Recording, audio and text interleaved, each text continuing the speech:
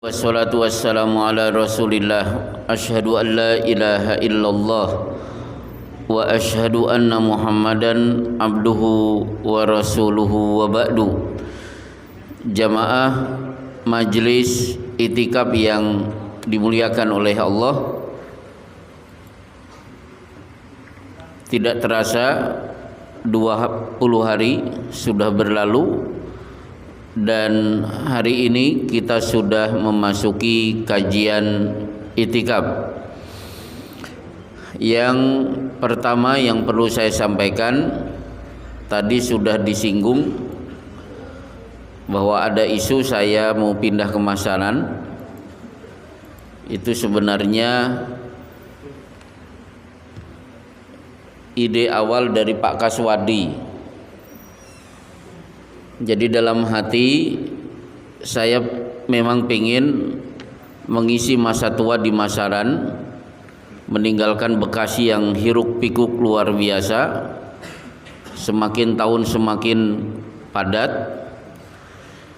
Tiba-tiba Pak Kaswadi sering ngobrol dengan saya langsung via WA termasuk via telepon. Akhirnya usulan beliau selalu terngiang-ngiang.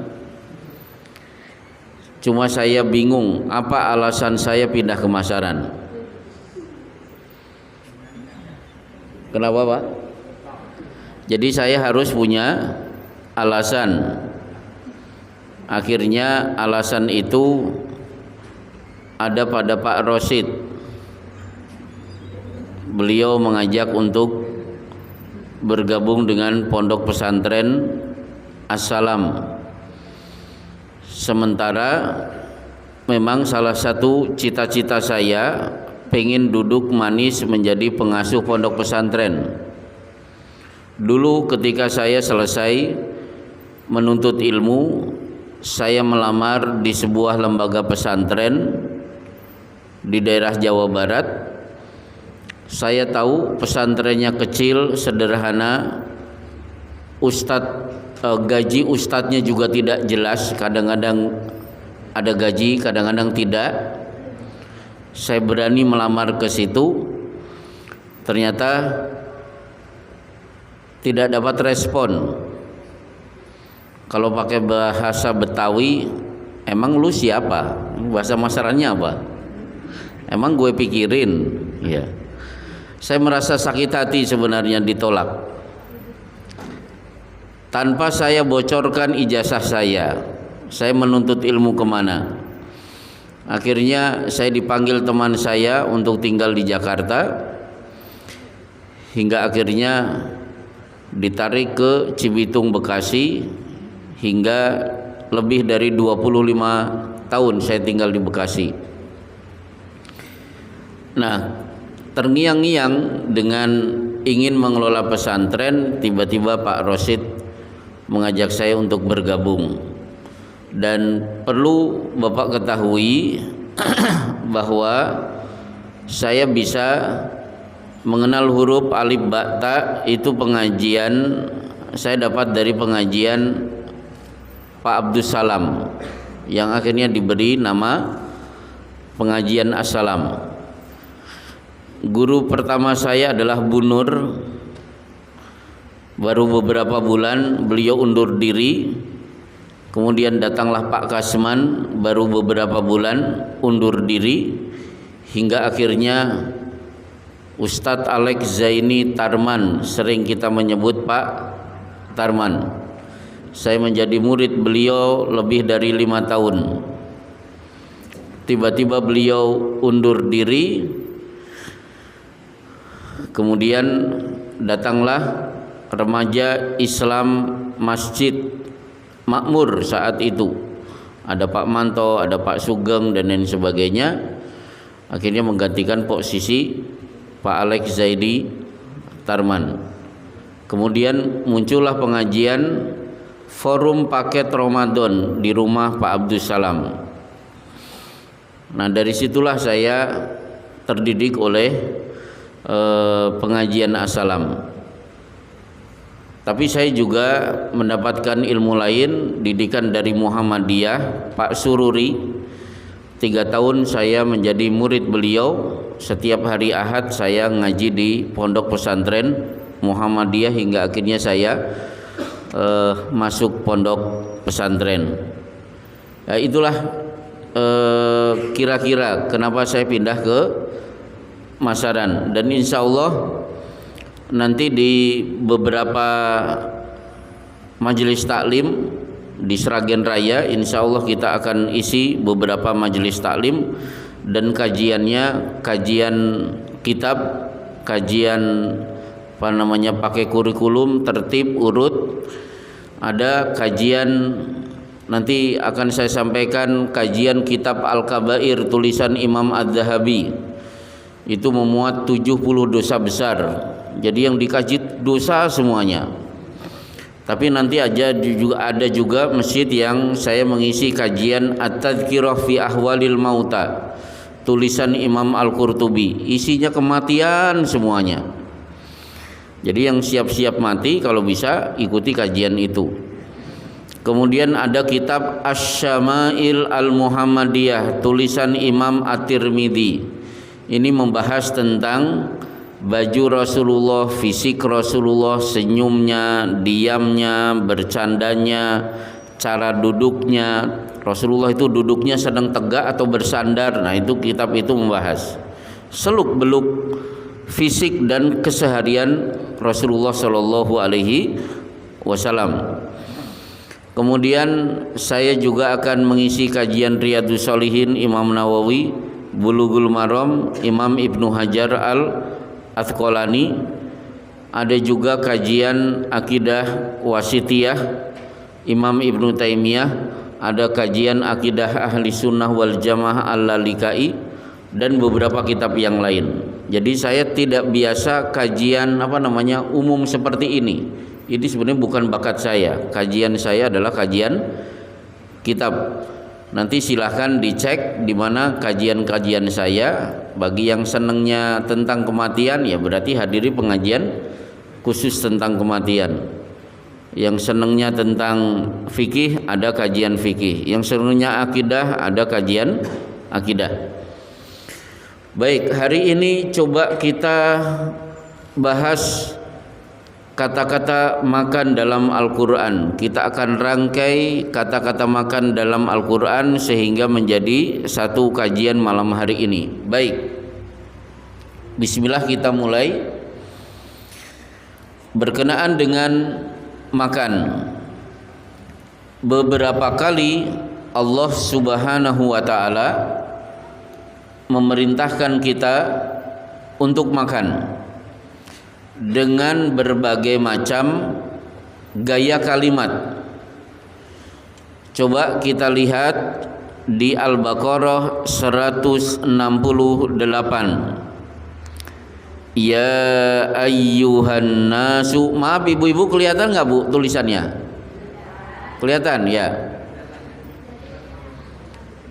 Ya ayyuhan nasu kulu mimma fil ardi halalan thayyiban wa la tattabi'u khutuwatis syaitan innahu lakum aduwwum mubin. Wahai manusia. Jadi yang merasa manusia diperintahkan untuk makan. Karena makan itu perintah, siapa yang makan sudah otomatis dapat pahala. Udah? Ini gaya pertama dari Allah mengajak kita makan. Ternyata di surat Al-A'raf kalimatnya beda. Al-A'raf 31. Bukan wahai manusia, tapi ya bani adama khudhu zinatakum inda kulli masjidin wa kulu washrabu wala tusrifu. Wahai anak Adam. Jadi yang merasa keturunan Nabi Adam diperintahkan untuk makan. Tapi sebelum ada perintah makan, di sini pakailah pakaianmu yang indah di setiap memasuki masjid.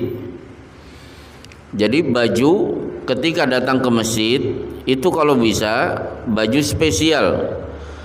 Rasulullah pernah menegur seorang sahabat, malaka lawistaraita thawbaini siwa thawbai mihnatihi, kenapa kamu tidak membeli baju khusus untuk sholat sebagaimana kamu memiliki baju khusus untuk bekerja. Jadi pakaian pekerjaan ada seragam, tapi kita juga perlu memiliki baju khusus saat pergi ke masjid. Ada sarung, ada baju koko. Syukur-syukur kalau bapak mengenakan gamis. Setelah perintah pakaian, baru makan dan minumlah.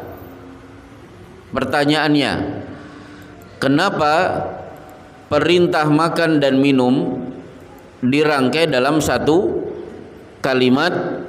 Para ahli tafsir mengatakan perintah mengenakan pakaian ini kebutuhan bagian badan bagian luar, sementara perintah makan ini kaitannya kebutuhan badan bagian dalam.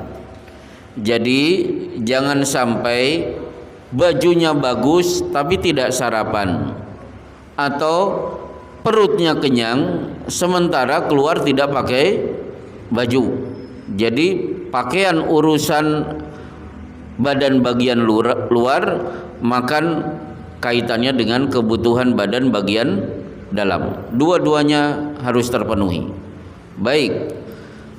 Kemudian kita lihat lagi perintah untuk makan, kalimatnya berbeda lagi, bukan wahai anak Adam, tapi ya ayyuhalladzina amanu, hai orang-orang beriman. Makanlah di antara rezeki yang baik-baik. Nah, akhirnya yang keempat, kalimatnya lebih khusus lagi, bukan sembarang orang beriman, tapi ya ayyuhar rusulu kulu min thayyibat, menggunakan kata wahai para rasul. Baik, jadi gaya Allah mengajak kita untuk makan, satu menyeru wahai manusia, dua menyeru dengan wahai anak keturunan Adam, tiga wahai orang beriman, yang keempat wahai para rasul. Berarti saat bapak-bapak makan, bapak sudah melakukan satu bentuk ibadah. Ibadah itu akan bernilai hebat lagi ketika makan baca bismillah. Berarti dapat pahala dua, makannya dapat pahala, bismillah dapat pahala. Yang ketiga, minum pakai tangan kanan, pahala double lagi. Kemudian makan dengan cara duduk. 5. Makan dalam rangka berbuka atau menunaikan sahur. Berarti acaranya makan, tapi kita sudah mendapatkan 7 pahala.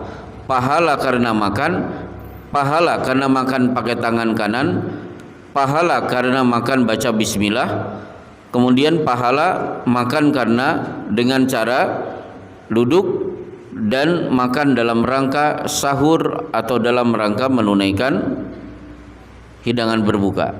Baik, masalah pertama selesai. Masalah kedua, ketika makan itu bernilai ibadah, ternyata ada orang dosa gara-gara makan. Berdosa gara-gara makanan. Contohnya apa? Satu, Nabi Adam gara-gara diprovokasi oleh iblis, hal adulluka ala syajaratil khuldi. Di surat Al-Baqarah, instruksi dari Allah kepada Nabi Adam, hanya menggunakan kata la taqraba hadhihi syajarah, jangan engkau dekati pohon ini.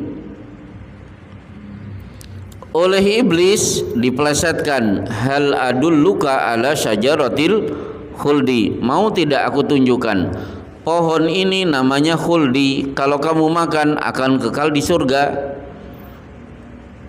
Kamu memang tidak dikehendaki untuk kekal di surga, karena kamu akan diturunkan ke bumi. Supaya kamu tidak di bumi, tetap di surga, aku kasih bocoran. Pohon ini bernama syajaratil khuldi, pohon keabadian. Siapa yang makan pasti akan kekal di surga. Akhirnya karena Adam makan buah khuldi, kita semuanya hari ini tinggal di dunia. Berarti dosa gara-gara makan. Itu Adam. Bagaimana dengan kita?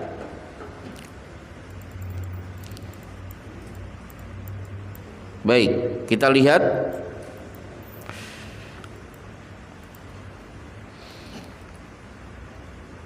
di surat Al-An'am ayat 121.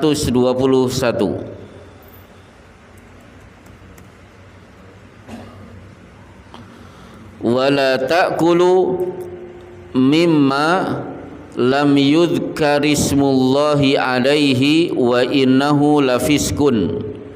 Janganlah kamu memakan binatang-binatang yang tidak disebut nama Allah ketika menyembelihnya. Sesungguhnya perbuatan yang semacam itu adalah suatu kefasikan. Jadi ada kambing disembelih tidak pakai baca bismillah. Kok kita makan dagingnya, berarti kita memiliki gelar fasik.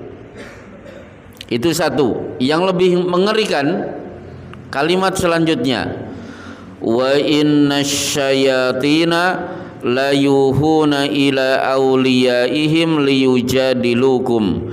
Sesungguhnya setan itu membisikkan kepada kawan-kawannya agar mereka membantah kamu, dan jika kamu menuruti mereka, sesungguhnya kamu tentulah menjadi orang-orang musyrik.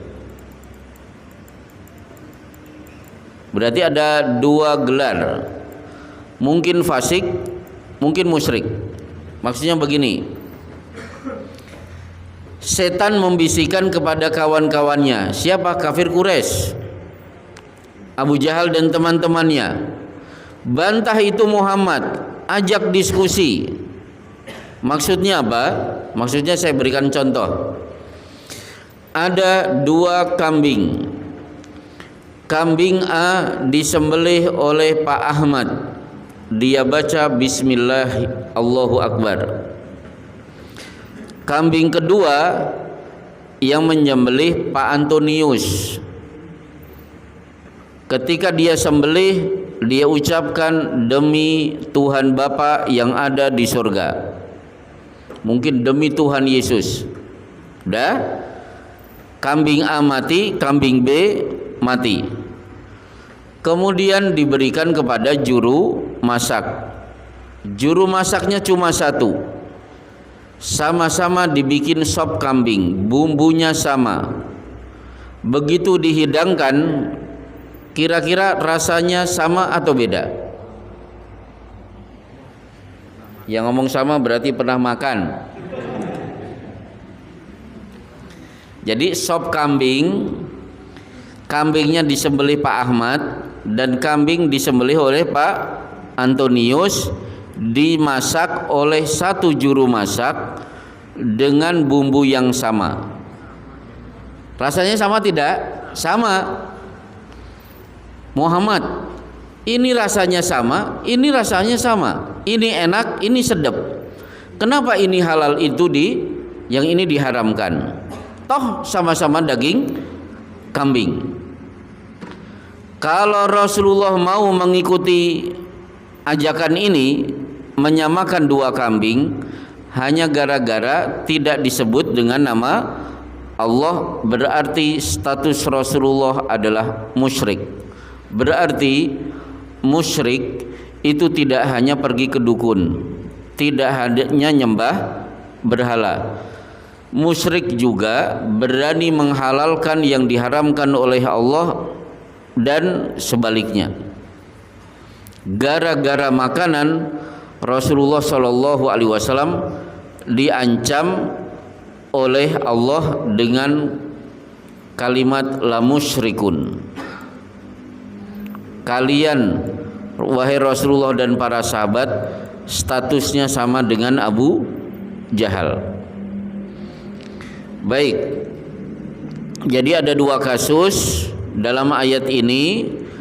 Makan kambing yang tidak disebut nama Allah itu fasik. Tapi kalau menyamakan antara dua kambing, satu disebut nama Allah, yang kedua tidak disebut nama Allah, dianggap sama, toh rasanya juga sama, statusnya naik, tidak hanya fasik tapi berstatus sebagai musyrik. Baik, masalah selanjutnya, apa hukum memakan harta orang lain?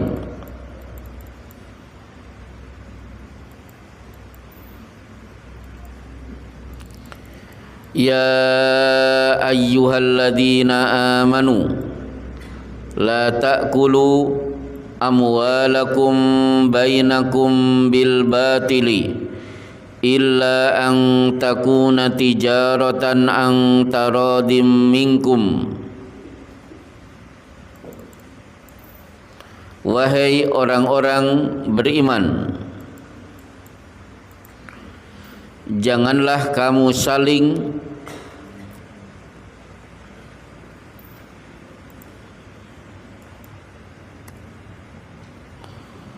memakan harta sesamamu dengan jalan yang batil, kecuali dengan jalan perniagaan.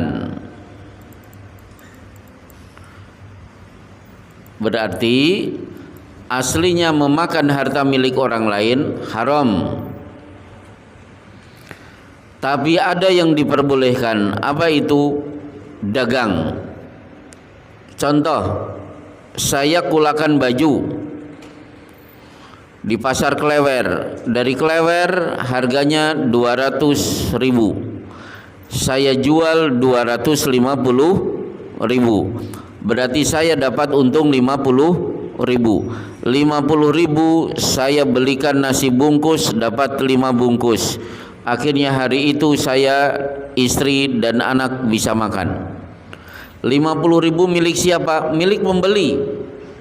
Jadi pedagang itu tiap hari memakan harta orang lain, tapi dibenarkan. Jadi aslinya memakan harta orang lain itu tidak boleh, tapi khusus perniagaan itu boleh. Nah sekarang kira-kira ada tidak contoh lain memakan harta orang lain dengan cara yang benar? Saya berikan contoh pancingan. Man fattara shaiman, siapa yang memberikan hidangan berbuka bagi orang yang saum. Musafir tadi datang ke masjid, mampir ingin sholat maghrib. Begitu adzan maghrib berkumandang, yang mereka makan untuk membatalkan saum dari mana? Makanan yang disediakan oleh Masjid An-Nur. Itu berarti para musafir memakan harta orang lain. Boleh tidak? Boleh.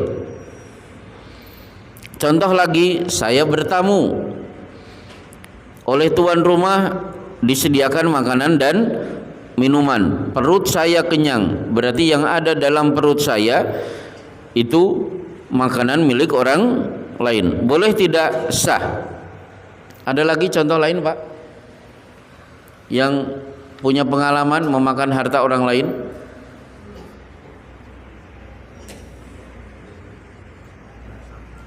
Kenapa? Jasa pekerjaan. Karena dia ngangkut makanan, ikut memetik buah mangga. Akhirnya pemilik buah mangga memberikan mangga, nih 1 kilo buat Anda. Pulang ke rumah dia bikin rujak, dimakan anak dan istri. Berarti buah mangga ini milik orang lain. Jadi pastikan saya memakan harta milik orang lain dengan cara yang benar. jangan dengan cara yang tidak benar. Nah, contohnya apa? Contohnya ada satu kalimat dari para ulama. Kalimatnya bagus.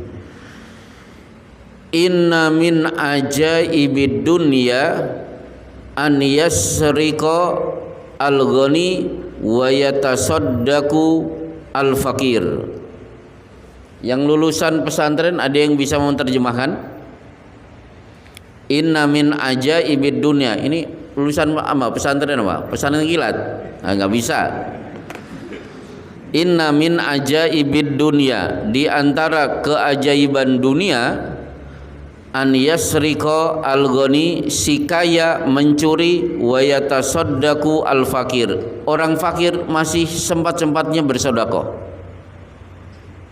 Contohnya apa? Orang kaya mencuri. Gak usah jauh-jauh pejabat. Pejabat itu kan mencuri. Yang dicuri itu bukan motor, bukan kotak infak masjid, tapi duit triliunan milik negara. Akhirnya dengan duit itu dia bisa menghidupi anak dan istri. Padahal koruptor itu rata-rata miskin atau kaya? Gak ada yang miskin, semuanya kaya. Rumahnya bagus, mobilnya gonta-ganti. Beda dengan mobil saya kan cuma gonta-ganti oli. Ini pejabat gonta-ganti mobil. Ternyata tidak cukup sehingga harus korupsi, mengambil duit negara yang tidak lain itu duit milik rakyat. Itu berarti contoh memakan harta orang lain dengan cara yang batil. Baik. Sekarang masalah selanjutnya. Kata-kata makan dalam Al-Quran tidak selamanya bermakna makan. Jadi kalau bapak-bapak mendapatkan kata-kata makan dalam Al-Quran, tidak selamanya makan itu bermakna makan. Ada makna yang lain. Contoh, alladzina ya'kuluna riba la yakumuna illa kama yatakhabbatuhu syaitanu minal mas. Orang yang makan riba tidak dapat berdiri melainkan seperti berdirinya orang yang kemasukan setan lantaran tekanan penyakit gila. Jadi kalau di Sragen, di Solo ada pengajian mengajak sunnah tapi tidak percaya dengan kasus orang kemasukan setan yang harus diruqyah. Dalilnya ini, setan itu bisa mengganggu orang sehingga dia kerasukan.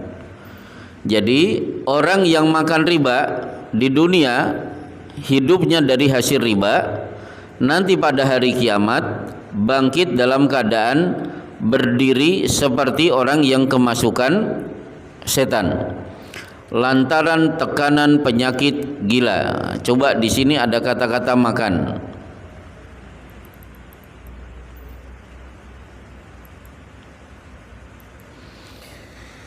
Kalau ada orang rentenir memberi pinjaman 100.000, kembali 200.000, 100.000 dia gunakan untuk membeli pulsa, kira-kira itu termasuk makan riba tidak? Itu termasuk. Jangan mengatakan ini hasil rentenir tidak saya masukkan ke mulut, saya belikan pulsa, dengan alasan yang diharamkan memakan harta riba. Ini tidak saya makan. Oh, berarti dia tidak pernah belajar bahasa Arab. Ilmu balaghah ada pelajaran, tidak semua kata-kata makan bermakna makan. Dia rentenir, sebulan dapat keuntungan 200 juta, akhirnya dia beli mobil. Dia termasuk memakan harta riba tidak? Iya. Loh, kan mobil tidak masuk mulut. Iya, tidak masuk mulut. Tapi kata makan dalam Al-Quran bermakna semua harta yang kita gunakan, baik masuk ke mulut atau kita kenakan seperti baju dan lain sebagainya. Contoh lagi, innal ladzina ya'kuluna amwalal yatama, sesungguhnya orang-orang yang memakan harta anak yatim secara zalim. Ketua yayasan mengajukan proposal, kami punya 200 anak yatim, akhirnya dapat bantuan 300 juta. Oleh ketua yayasan malah dibelikan sawah untuk kepentingan pribadi. Apakah itu termasuk makan? Iya. Loh, kan sawah tidak saya masukkan, tanahnya tidak saya masukkan ke mulut. Betul. Tapi dalam bahasa Arab tidak selamanya kata-kata makan bermakna hanya makan saja. Baik. Kemudian akhirnya terakhir, kepada yang punya aktivitas makan tiap hari, Rasulullah Shallallahu Alaihi Wasallam bersabda, "Kul washrab walbas watasaddaq fi ghairi sarafin wala makhilatin." Kul, makanlah. Washrab, jangan lupa minum. Kalau makan dan minum jangan lupa. Walbas, beli baju, kenakan baju. Jangan sampai perut kenyang tapi tidak pakai celana, pakai baju. Karena baju kebutuhan badan bagian luar. Tapi jangan lupa watasaddaq, bersedekahlah. Sedekah apa? Sedekah makan, sedekah minum, sedekah pakaian. Sedekah makan di Masjid An-Nur sudah terwujud. Sedekah minum ada, bapak-bapak nanti ada acara makan dan minum. Tapi ada kelompok yang tidak hanya membutuhkan makan dan minum, tapi juga membutuhkan pakaian. Berarti berikan sedekah pakaian buat orang itu. Nah, sekarang apa balasan Allah yang rajin memberikan makan, rajin memberikan minum, rajin memberikan pakaian bagi orang yang membutuhkan? Rasulullah Shallallahu Alaihi Wasallam bersabda,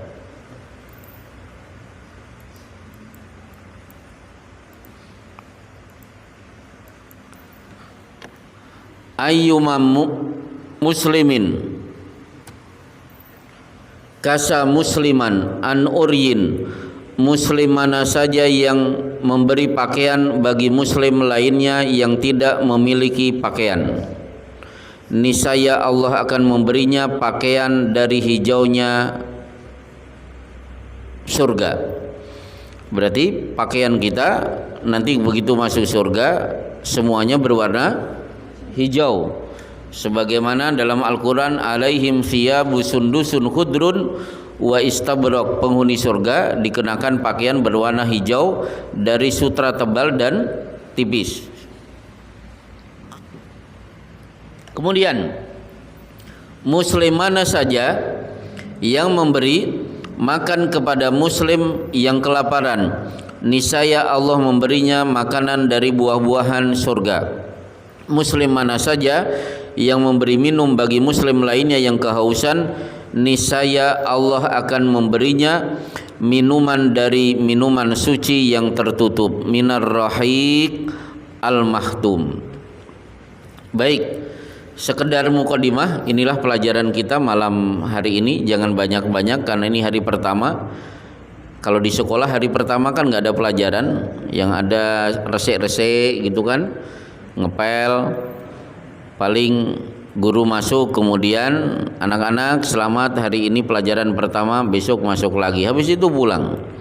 Baik, jadi saya sengaja tidak memberikan pelajaran sampai akhir, cukup sampai di sini. Insya Allah kita lanjutkan materi besok tentang fitnah syubhat. Ada beberapa fitnah syubhat dari beberapa pertanyaan yang pernah masuk ke redaksi saya di beberapa majelis taklim. Baik, cukup ada pertanyaan sesuai dengan materi atau di luar pembahasan saya persilahkan. Pak Sis, silahkan.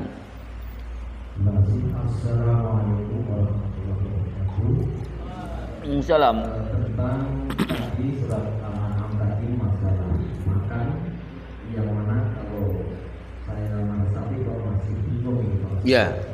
Tentang memakan makanan penyembelihan atau apa itu sampai menimbulkan kemusikan. Ya. Padahal dalam kehidupan sehari-hari kita itu juga sering menerima hantaran atau katakanlah kalau orang Jawa itu terhadap makanan dari tetangga yang non muslim juga. Bagaimana kaitannya dengan ada katakanlah diperbolehkan memakan makanan dari orang selain orang Nasrani atau Yahudi itu katakanlah halal bagimu, seperti itu. Kan pernah kita mengajar. Kalau seperti itu bagaimana? Maksudnya kita tahu jelas kalau orang non muslim itu memberikan suatu makan katakanlah ada nasi pasti ada lauknya, dan lauknya itu kemungkinan besar kalau kemudian yang membeli dia sendiri tidak mungkin menambahkan bersama. Ya, baik. Kan mau tidak harus kita makan karena kita diberi. Itulah Pak Ustaz tentang hal makanan. Terima kasih.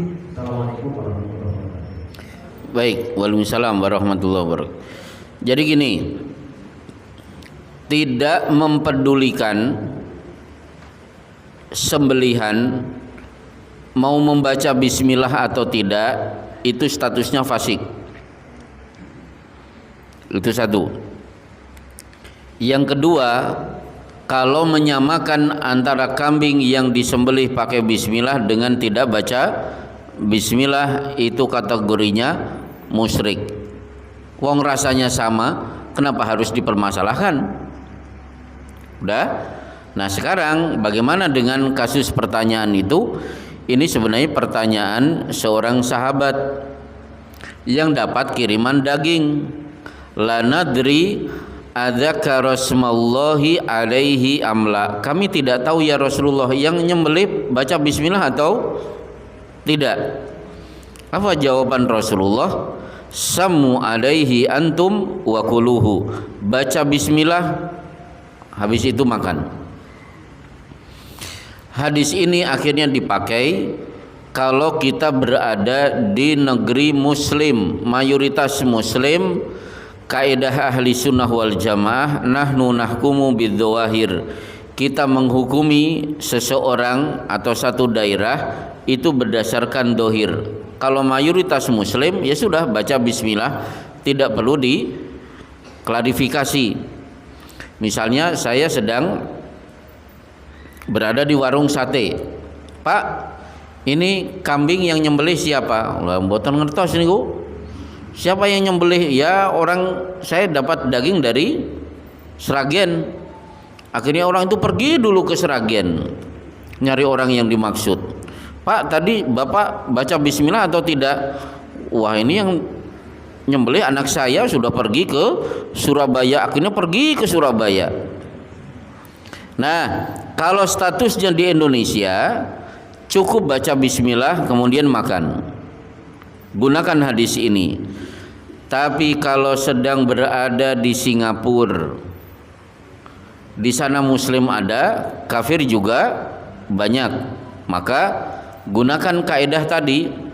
Jadi saya tidak akan memakan daging ini kecuali saya sudah tahu siapa yang menyembelih. Cuma pengalaman saya 2 kali ke Singapura, ternyata di Singapura itu orangnya jujur-jujur.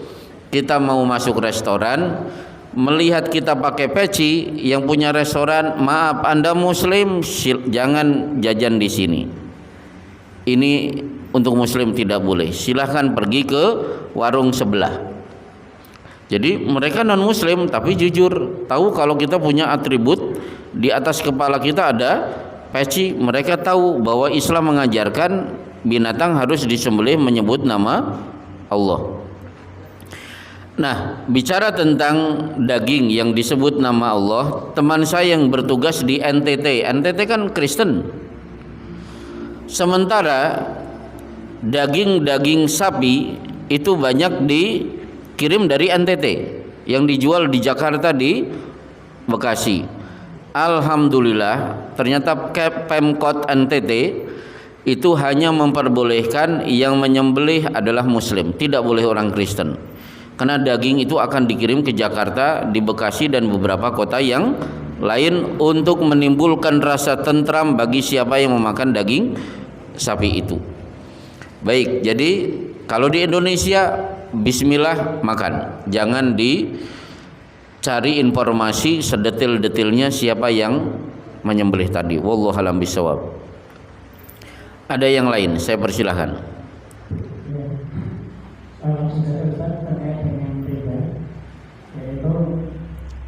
Mana. Oh ya. Oh dari Pilang, silakan Mas. Terkait dengan beda. Mungkin barangkali kita itu nabung, kemudian mungkin pengembaliannya itu akan beda dengan yang kita miliki. Karena mungkin 100.000 kembalinya 110.000. Nabung di bank. Oh ya. Ya terus itu ada 10.000 itu kita tidak mengharapkan untuk pahalanya. Misalkan 10.000 itu kita untuk pembangunan jalan yang mungkin untuk sosial atau gimana, itu bagaimana Ustaz? Apa itu yang diperbolehkan atau gimana? Baik. Itu berarti memanfaatkan harta haram. Apa hukumnya? Kan ada pembahasan apa hukum memakan harta bercampur antara halal dan haram. Ada juga pembahasan ada harta haram buat si A tapi halal buat si B. Coba kita cari contoh. Haram buat A tapi halal buat si B. Contoh, saya pedagang beras. Datanglah pembeli. Kita kenal betul si pembeli siapa? Profesinya pelacur. Di sini komplek lokalisasi di mana? Nah, mancing. Ya. Kalau saya jawab kok tahu gitu. Karena Gunung Kemukus. Ya, udah jelas dia profesinya di Gunung Kemukus. Penampilannya juga sudah jelas kalau dia menunjukkan pelacur. Ketika saya kedatangan si perempuan ini, transaksinya sah tidak? Sah. Duit yang saya terima halalan thayyibah. Begitu perempuan itu pulang, masak nasi, dia makan, yang dia masukkan adalah innama yujarjiru fi batnihi naro, dia sedang menuangkan bara api neraka ke dalam perutnya. Ini contoh halal buat si A, haram buat si B. Yang kedua, bercampurnya harta halal dan haram. Boleh tidak dimakan? Hukumnya boleh. Ibnu Abbas pernah bertamu kepada seorang rentenir, disuguhi makan, dia makan. Begitu selesai bertamu, ada yang protes. Bukankah dia rentenir? Ibnu Abbas menjawab, dia rentenir tapi dia juga pedagang. Dia juga punya beberapa bidang kebun pohon kurma. Dia punya penghasilan rentenir, tapi dia juga punya penghasilan dari toko, dia juga punya penghasilan dari pertanian. Nah, sekarang prakteknya apa? Prakteknya pegawai negeri.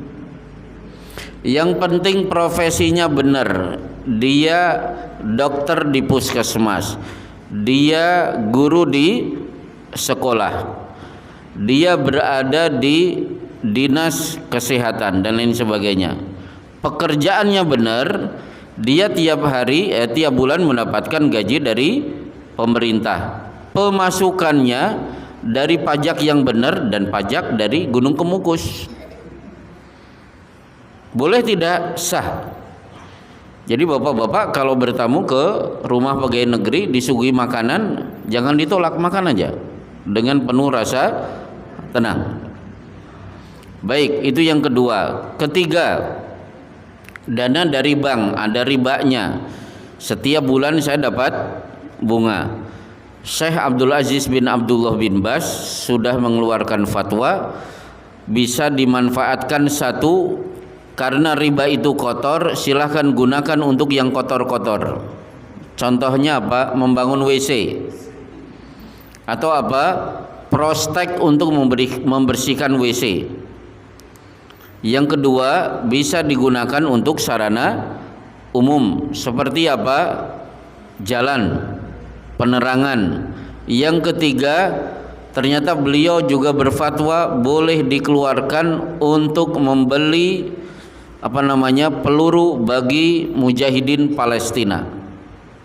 Maka ada dana-dana riba itu bisa diberikan kepada mujahidin yang ada di jalur Gaza. Baik, selesai. Tinggal 2 pertanyaan sebelum acara makan-makan. Baik, dari mana Pak?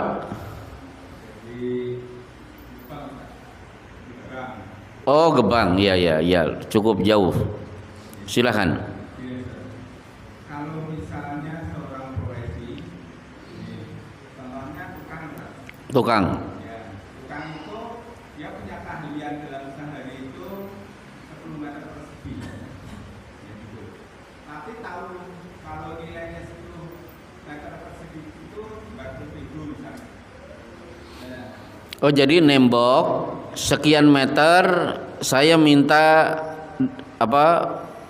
imbalan sekian. Enggak gitu, Mbak. Jadi tukang itu pasang sehari mampu misalnya 10 meter. 10 meter itu nilainya 200.000. Karena dia dibayar 100.000, sehingga kerjaannya itu ya duet-duet gitu. Jadi Duet.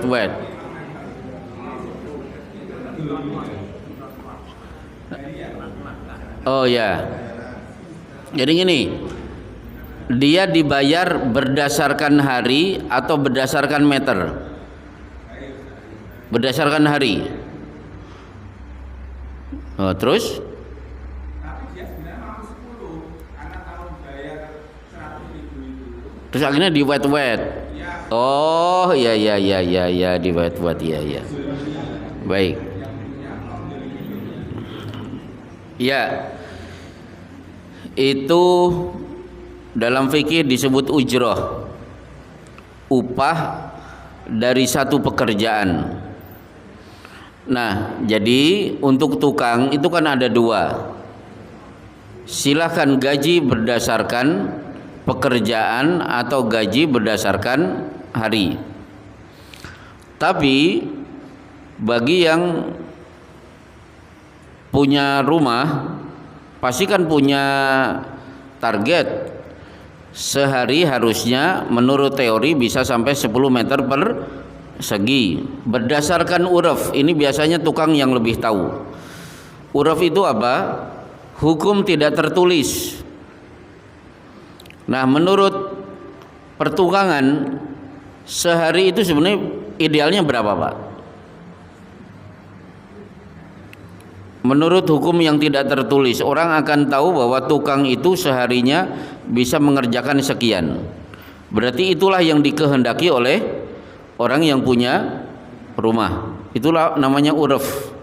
Uraf itu satu hukum yang tidak tertulis, tidak ada dalil. Pokoknya masyarakat sudah tahu bahwa sehari dia harusnya targetnya sekian. Maka kalau berdasarkan uraf sehari harusnya bisa sampai 10 meter persegi, ternyata dia ngambil cuma setengahnya, di wet biar harinya tambah, itu termasuk zalim. Itu termasuk zalim. Ya, wallahu alam bisawab. Tinggal satu penanya lagi, ya.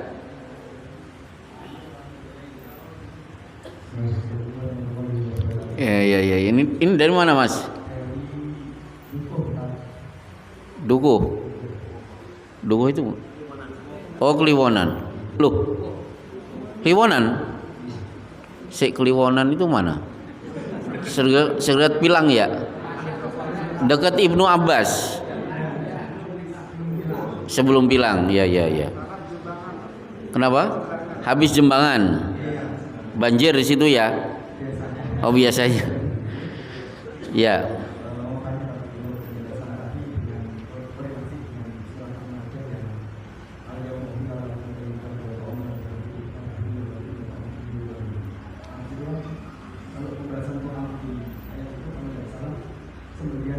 Ya.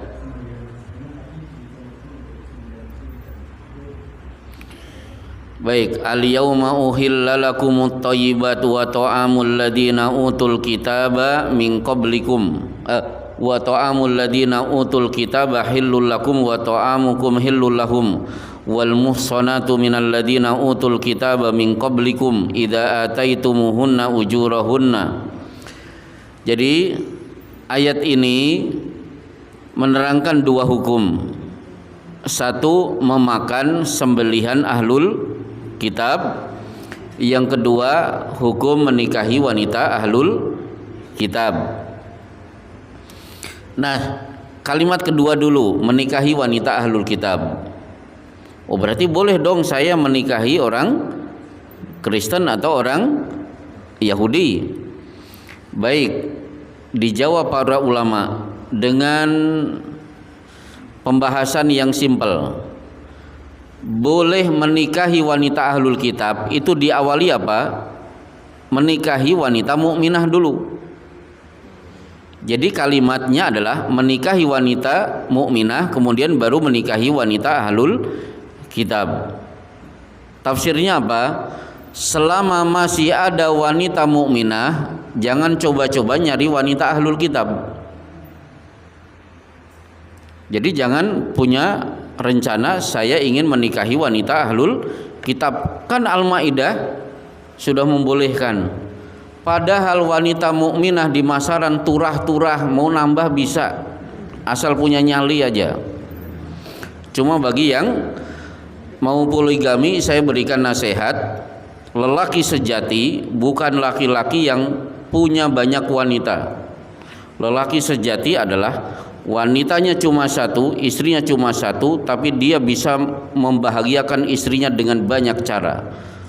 Jadi bukan punya banyak wanita, tapi bisa punya istri satu, tapi bisa membahagiakan istrinya dengan banyak cara. Itu satu. Nah, kemudian masalah kedua,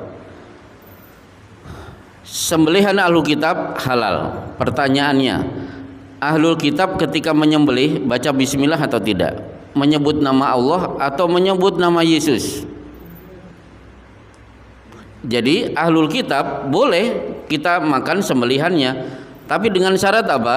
Dia menyebut nama Allah, karena tadi di surat Al-An'am apa? Wala ta'kulu mimma lam yudhkarismullahi alaihi wa innahu lafis.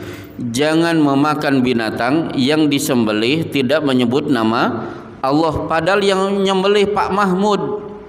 Pak Mahmud menyembelih tapi tidak membaca bismillah, jangan dimakan. Wa innahu lafis, karena itu perbuatan fasik. Pak Mahmud yang menyembelih tidak baca bismillah, dagingnya jangan dimakan. Bagaimana Pak Antonius? Itu lebih tidak berhak untuk dimakan. Gimana Mas? Selesai. Jadi gak usah bingung, toh kan kita tidak punya rencana memakan makanan hasil sembelihan Pak Antonius. Kan yang nyembelih apa? Pak Sugimin. Pak Sugimin insya Allah secara KTP adalah Islam. Tidak usah diteliti Pak Sugimin itu muslim atau kafir. Yang penting Pak Sugimin itu orang masaran, secara umum dia adalah muslim. Baik, insya Allah cukup sekedar mukadimah hari ini. Sudah jam 10 pas. Panitia menyampaikan tadi cukup sampai jam 10 karena ada acara makan-makan. Jadi tadi kan pelajarannya tentang makan, sekarang kita praktekkan. Meskipun riwayat mengatakan al-asya qoblal isya, makan malam itu sebelum sholat isya. Begitu isya sudah tidak ada acara makan lagi. Maka alhamdulillah selama kajian itikaf saya tidak pernah ikut makan karena saya terikat dengan kalimat tadi. Jadi pada isya sudah tidak ada acara makan. Tapi kalau mau nekat makan silahkan. Kalau tidak dimakan juga kasihan, panitia sudah menyediakan makannya. Baik, cukup. Kita lanjutkan pelajaran besok tentang beberapa fitnah syubhat yang harus kita selesaikan. Wallahu a'lam bishawab. wa sallallahu ala Muhammadin wa ala alihi wa sahbihi wasallim. Subhanaka Allahumma wa bihamdika asyhadu an la ilaha illa anta astaghfiruka wa atubu ilaik.